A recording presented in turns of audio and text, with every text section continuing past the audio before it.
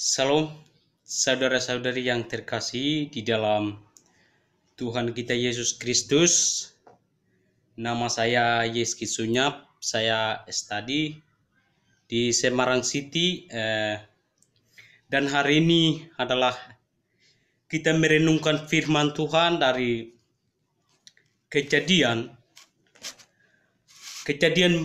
bersoalan manusia jatuh ke dalam dosa. Tetapi saya berbicara di sini adalah persoalan tentang mati. Jadi saya berbicara di sini adalah Kejadian pasal 2 ayat 17. Di situ katakan bahwa tetapi pohon pengetahuan tentang yang baik dan yang jahat itu janganlah kamu makan buahnya, sebab pada hari engkau memakannya pasti engkau mati. Jadi saya berbicara di sini adalah persoalan tentang mati. Maksud di sini mati, kata mati adalah ada dua, yaitu mati secara rohania dan secara jasmania. Tetapi mati dalam kitab ini adalah bukan jasmania, bukan secara jasmania, tetapi secara rohania. Dan ketika Adam dan Hawa jatuh dalam dosa, itu adalah sama sekali tidak ada interaksi atau relasi antara Tuhan dengan manusia. Ketika mereka berbuat demikian, jadi mati adalah ada dua pilihan atau dua options, yaitu kematian secara rohania dan kematian secara jasmania. Tapi kematian secara rohania yaitu jikalau kita berbuat keinginan Allah duniawi dan kita melupakan kebenaran Tuhan dan kita membuangkan atau memundurkan diri kepada Tuhan, itu berarti kita punya jiwa, kita punya roh, Tuhan sudah mencurahkan hati kita masing-masing adalah sudah mematikan atau sudah menghilangkan atau sudah membinasakan.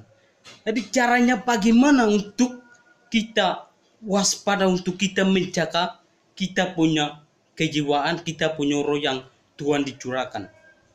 Yaitu tidak ada jalan lain untuk kita memperoleh atau mengelola kasih karunia Allah, tetapi melalui merenungkan firman siang dan malam, dan tetapi membaca dan melakukan setiap hukum-hukum Allah dan setiap kebenaran Tuhan. Dan hukum-hukum Allah itu adalah ada di Keluaran pasal 20 ayat 1 sampai 17. Di situ adalah undang-undang Allah. Sekarang ini biasa melanggar hukuman atau aturan-aturan yang berlaku dalam kehidupan masyarakat, itu biasa tangkap dan bicarakan. Tetapi bagaimana kita hidup dan kita hidup sesuai dengan norma-norma atau hukum-hukum Allah. Ini yang kita harus mengintrospeksi diri. Oleh sebab itu bagaimana kita harus menuju kehidupan yang kekal, yaitu tidak ada jalan lain tetapi melalui merenungkan kebenaran Tuhan. Dan pada waktu itu adalah manusia sudah mati karena berbuat dosa, dan dosa besar di dunia ini adalah tidak ketaatan, tidak menuruti, dipatuhi setiap kebenaran Tuhan. Itu adalah dosa besar dikuasai oleh dunia. Maka bagaimana kita akan ditaati setiap kebenaran Tuhan, bagaimana kita akan dipatuhi setiap kebenaran Tuhan, yaitu tidak ada orang lain yang mengajak dan kamu jalan seperti ini, tidak ada, tetapi melalui kita merenungkan firman Tuhan, itulah akan mendapat kehidupan yang kekal.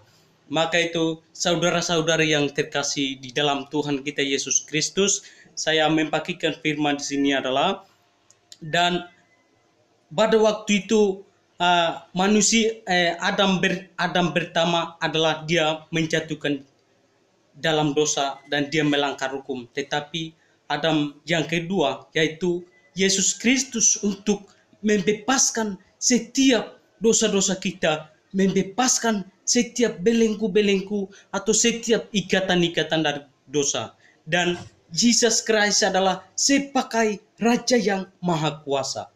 Dan demikian pula zaman kini adalah selalu membesarkan nama virus corona dan lain sebagainya. Tetapi bagaimana kita akan membesarkan nama Tuhan? Itu yang harus kita mengintrospeksi diri dan merendahkan diri.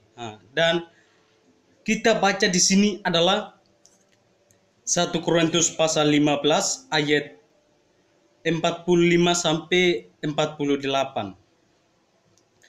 Seperti ada tertulis, manusia pertama Adam menjadi makhluk yang hidup, tetapi Adam yang akhir menjadi orang yang menghidupkan.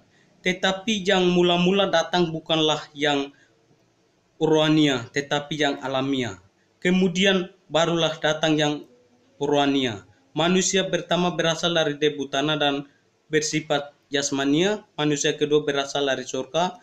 Makhluk-makhluk alamiah sama dengan dia yang berasal dari debu tanah, dan makhluk-makhluk surgawi sama dengan dia yang berasal dari surga. Jadi manusia pertama adalah dia sudah jatuh dalam dosa dan dia adalah sebagai ilmu.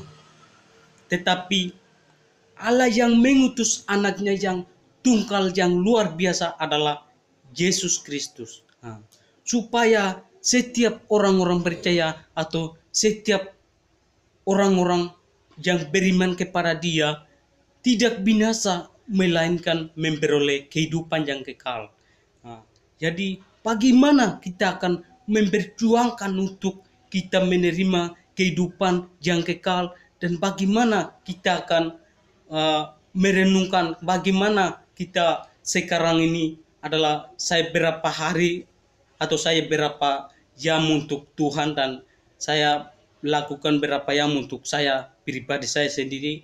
Itu harus kita mengintrospeksi diri. Maka itu setiap firman itu adalah luar biasa sekali. Maka kita jangan melupakan Tuhan, tetapi kita harus bergantung pada kebenaran Tuhan. Itulah diperkenan oleh Tuhan dan itulah diizinkan oleh Tuhan. Maka itu kita mencari tempat yang nyaman, kita mencari tempat yang baik pun sekali-kali tidak pernah kita dapat jikalau kita tidak bergantung pada kebenaran. Jikalau kita tidak bersandar pada kebenaran Tuhan.